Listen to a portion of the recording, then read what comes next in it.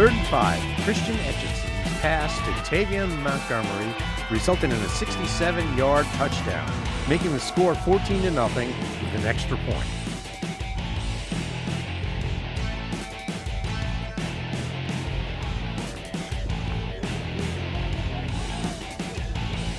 Jaden Lewis scored on the 7-yard touchdown run, which proved to be the winning play of the game.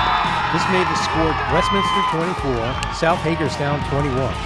It was Lewis's second touchdown of the game. The final score was 24-21.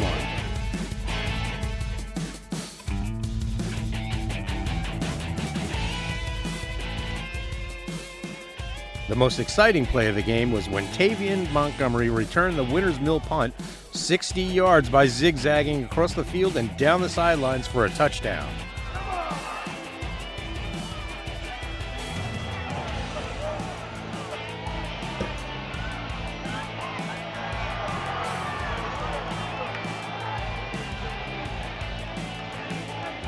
The final score was Westminster 57, Winters Mill 7.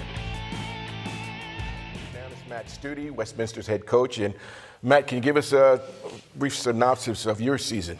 Well, I would say that we came up short. Our goal is to win a state title at Westminster. It's been that way for a couple years now, and we fell short of that piece of it.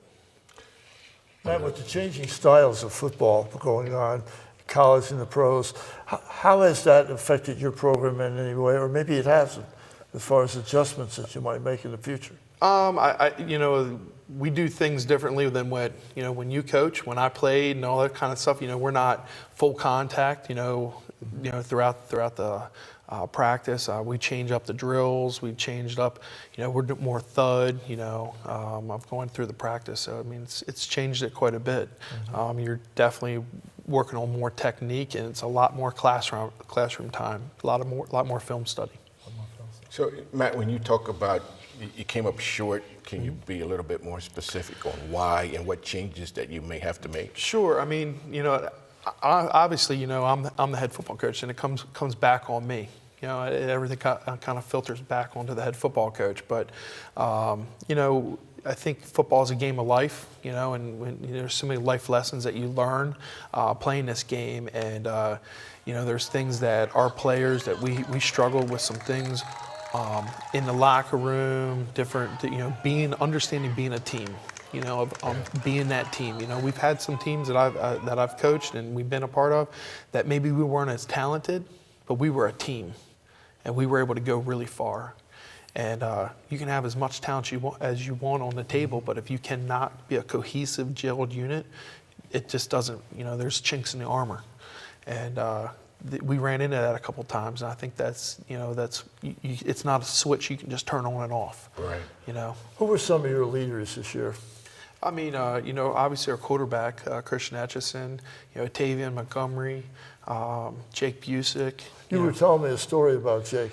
Yeah, I think Jake, two stories come to mind with him. He's a kid who in rec league, he was a running back and he was a linebacker, and we had to sit down and have this conversation that you were not going to be a running back. You didn't have the little jiggle in the hips. You weren't going to be doing this kind of thing. You were a big guy. You were going to have to move the defensive end. So, and he was able to be a pretty darn good one. And and then Jacob, he got to play a little offensive line, and the play that I think just put a stamp on Jacob, and it's his first play on his highlight, and it just opened the eyes up to a lot of colleges, is the fact that he's on offense, which is not his number one position.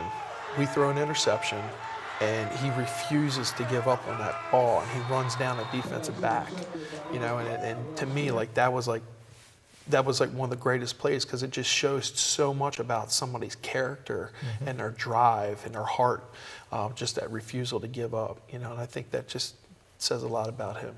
So will you have to make changes in your offense, defense? Because you talked about some changes in as far as your coaching approach, but how about for next year, or for as we for went through next this year year? As you move along? This year we did. We had to change some things up this year. When Christian went down, we knew, with the loss of Nate Kent going to Liberty, we knew with our backup, he was not a spread quarterback. And so we were going to have to come up with something else if Christian went down, and he went down, and so we had to throw a little wing T action in there, and and do. Where'd you learn that from?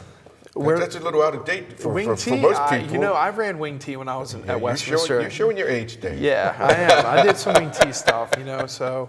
But yeah, so we threw a little wing T action in, and we were able to get a good win, and we were in a game really against Salesianum, who ended up going on. We lost by 1 point, made too many mistakes in the game at Salesianum, and they go on to lose in the state finals. So we played a tough team there, and we lost 14-13. So we were able to hang in, but we had to make some definite adjustments. Quarterback, we had to move some receivers around this year. As I stated at the beginning of the year, we were going to have more guys than we ever had playing two ways. And that was a big adjustment for us. We were always two platoon, and that was a huge adjustment. All right. And what do you see down the road for you guys? Down the road, we have some key players we have to replace. We have a quarterback. We have some young guns that are coming up, and we have Levi Broadman that he's going to be back for us.